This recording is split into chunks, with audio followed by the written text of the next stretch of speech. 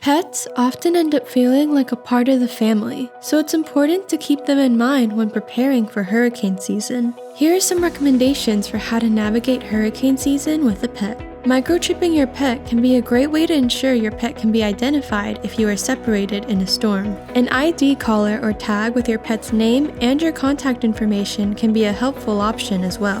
When building your hurricane emergency kit, make sure to include supplies for your pet, such as food, water, medications, familiar toys and treats, vet records, pee pads or litter boxes, and a pet first aid kit. If conditions aren't safe for you to stay in your home, they aren't safe for your pet either. Have a list of pet-friendly shelters or hotels on hand in case you need to evacuate. Make sure to pack a go bag for your pet in case you need to leave quickly.